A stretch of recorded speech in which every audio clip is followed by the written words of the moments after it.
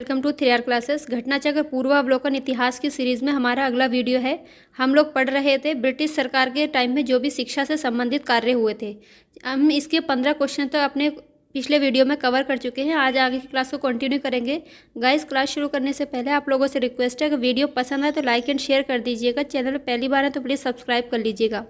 आप लोग like share subscribe नहीं करते हैं, जिससे कि बहुत डिमोटिवेशन होने लगता है। आप लोग सब्सक्राइब करेंगे, शेयर करेंगे, सब मोटिवेशन मिलेगा, जिससे हम लोग सोच रहे हैं आगे इसके पॉलिटी और ज्योग्राफी का भी जीके शुरू किया जाए।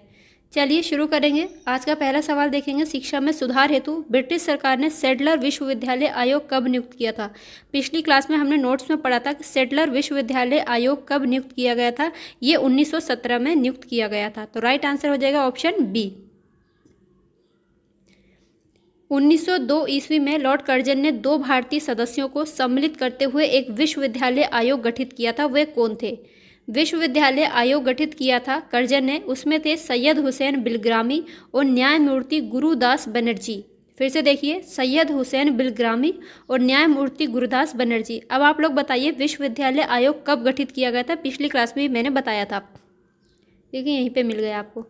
वायसराय कर्जन ने शैक्षिक सुधारों के तहत 1902 ईस्वी में सर टॉमस रेले की अध्यक्षता में एक विश्वविद्यालय आयोग का गठन किया। कब किया था? 1902 में। इस आयोग के सदस्यों में 2 भारतीय सदस्यों सैयद हुसैन बिलग्रामी तथा न्यायमूर्ति गुरुदास बनर्जी को नियुक्त किया गया था। इस आयोग द्वारा दिए गए सुझावों के आधार पर विश्वविद्यालय अधिनियम 1904 पारित किया गया। विश्वविद्यालय अधिनियम पारित हुआ था 1904 में और विश्वविद्यालय आयोग का गठन किया था 1902 में टॉमस रेले की अध्यक्षता में। अगला क्वेश्चन है, लॉर्ड मैकाले संबंधित था। ये किससे संबंधित था? ये अंग्रेजी शिक्षा से संबंधित था।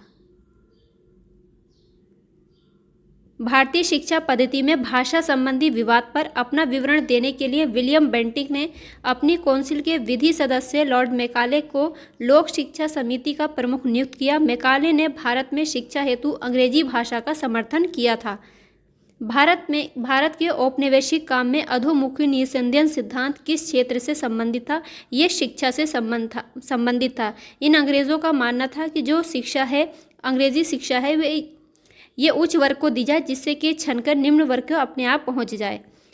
भारत के औपनिवेशिक काल में अधोमुखी निस्संदेह सिद्धांत शिक्षा के क्षेत्र से संबंधित था। इस सिद्धांत का अर्थ था कि शिक्षा समाज के उच्च वर्गों को ही दी जाए।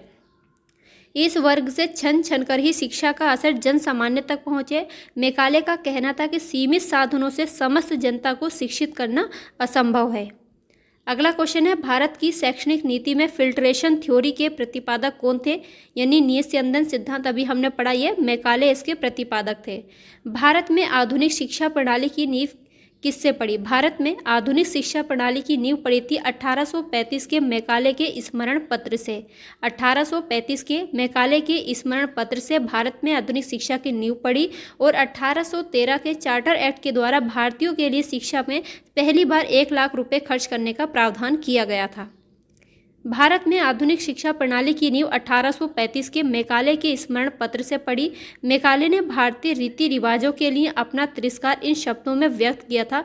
इसको नोट कर लीजिएगा, ये पूछा हुआ है कि यूरोप के एक अच्छे पुस्तकालय की एक अलमारी का एक कक्ष, मतलब ये यूरोप के पुस्तकालय को इतना अच्छा बता रहा है कि भारत और अरब का जो भी समस्त साहित्य है इसके सामने फीका पड़ जा रहा है। इसका कहना यही है मैकाले का। देखिए, यूरोप के एक अच्छे पुस्तकालय की एक अलमारी का एक कक्ष भारत और अरब के समस्त साहित्य से अधिक मूल्यवान है। लॉर्ड विलियम बेंटिक के काल में 7 मार्च 1835 के प्रस्ताव द्वारा मैकाले का दृष्टिकोण अपना लिया गया।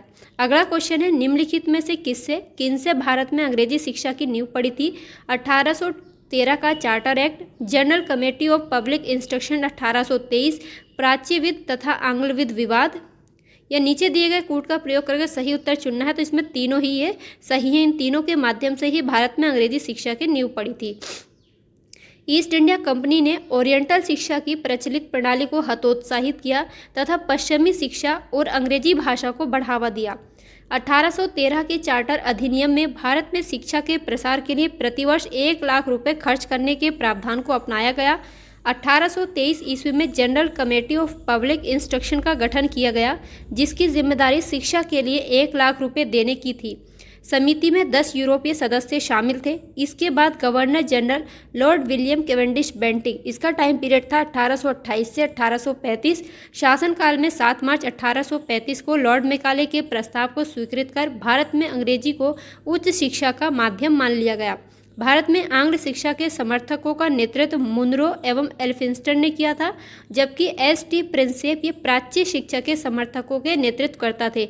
इसमें से भी एक क्वेश्चन बना था, इसको नोट कर लीजिएगा कि आंग्ल शिक्षा यानी अंग्रेजी शिक्षा के समर्थक कौन थे और प्राच्य शिक्षा के समर्थक कौन थे, इनका नाम याद रखिएगा। किसके शासनकाल में भारत में अंग्रेजी शिक्षा प्रारंभ की गई थी? अभी हमने पढ़ा विलियम बेंटिक के काल में अंग्रेजी शिक्षा प्रारंभ की गई थी। गाइस, अगर क्वेश्चन इंपॉर्टेंट लग रहे हैं तो प्लीज़ लाइक एंड शेयर कर दीजिएगा। गवर्नर जनरल विलियम बेंटिक 1828 से 1835 इसका टाइम पीरियड है। इसके शासनकाल में 7 मार्च 1835 को लॉर्ड मैकाले के प्रस्ताव को स्वीकृत कर भारत में अंग्रेजी को उच्च शिक्षा का माध्यम मान लिया गया। भारत में आंग्ल शिक्षा के समर्थकों का नेतृत्व मुनरो एवं एल्फिंस्टन ने किया था, और जबकि एस.टी. प्रिंसेप ये प्राच्य शिक्षा के समर्थक थे। भारत में प्रथम 3 विश्वविद्यालय कलकत्ता, मद्रास और बम्बई की स्थापना किस वर्ष की गई थी? पिछली क्लास में बताया था 1857 में। भारत में अंग्रेजी शिक्षा का मैग्ना कार्टा कहे जाने वाले 1854 के चार्ल्स वुड के डिस्पैच को आधार बनाकर लंदन विश्वविद्यालय की तर्ज पर ब्रिटिश भारत में 3 विश्वविद्यालय कलकत्ता, मद्रास एवं बम्बई की स्थापना 1857 में की गई थी। ये क्वेश्चन भी एक बना है, चार्ल्स वुड डिस्पैच कब आया था? 1854 में। भारत में अंग्रेजी शिक्षा का मैग्ना कार्टा किसे कहा जाता है? ये भी पूछा हुआ सवाल है, तो चार्ल्स के वुड डिस्पैच को। अगला क्वेश्चन देखेंगे, किसके सतत प्रयत्नों से बम्बई में प्रथम महिला विश्वविद्यालय की स्थापना हुई थी? ये डी के कर्वे के प्रयासों से बम्बई में प्रथम महिला विश्वविद्यालय की स्थापना हुई थी। ये क्वेश्चन अलग अलग एग्जाम में काफ़ी बार पूछा हुआ है, तो इसको इम्पोर्टेंट है, नोट कर लीजिएगा। डी के कर्वे के सतत प्रयत्नों से वर्ष 1916 में बम्बई में प्रथम महिला विश्वविद्यालय की स्थापना हुई। ये महाराष्ट्र के समाज सुधारक एवं सामाजिक कार्यकर्ता थे। इन्होंने विधवाओं के उत्थान के लिए विधवा विवाह प्रतिबंध निवारक मंडली की स्थापना भी की थी, और 1896 ईस्वी में उन्होंने पूना में विधवा गृह की स्थापना की थी। उन्होंने स्वयं एक ब्राह्मणी विधवा से विवाह किया था। वर्ष 1958 में इन्हें भारत रत्न भी प्रदान किया गया था। अगला क्वेश्चन देखिए, दक्कन एजुकेशनल सोसाइटी की स्थापना से कौन संबंधित थे? ये थे बाल गंगाधर तिलक। सारे लोग जानते ही होंगे आप लोग। दक्कन एजुकेशनल सोसाइटी की स्थापना 1880 ईस्वी में मूलतः न्यू इंग्लिश स्कूल के प्रारंभ के साथ पुणे में की गई थी, तथा 1884 ईस्वी में दक्कन एजुकेशन सोसाइटी औपचारिक रूप से गठित की गई। इस संस्था के संस्थापकों में वी.के. चिपलुंकर, बाल गंगाधर तिलक, M.B. नामजोशी और गोपाल गणेश आगरकर प्रमुख थे। जस्टिस रानाडे इस सोसाइटी के संस्थापक नहीं बल्कि इसके 5 संरक्षकों में से एक थे। अगला क्वेश्चन देखेंगे, निम्नलिखित कॉलेजों में सर्वप्रथम किसकी स्थापना हुई थी? हिंदू कॉलेज की, दिल्ली कॉलेज, मेयो कॉलेज या मुस्लिम एंग्लो ओरिएंटल कॉलेज? तो सबसे पहले ऑप्शन के हिसाब से हिंदू कॉलेज की स्थापना हुई थी 1817 में। राजा राम मोहन राय आधुनिक शिक्षा के सबसे प्रारंभिक प्रचारकों में से एक थे। 1817 में उन्होंने डेविड हेयर और अलेक्जेंडर डफ के साथ मिलकर कलकत्ता में हिंदू कॉलेज की स्थापना की थी। मेयो कॉलेज की स्थापना 1875 में अजमेर में हुई। मुस्लिम एंग्लो ओरिएंटल कॉलेज की स्थापना 1875 अलीगढ़ में, और दिल्ली कॉलेज की स्थापना 1824 में हुई थी।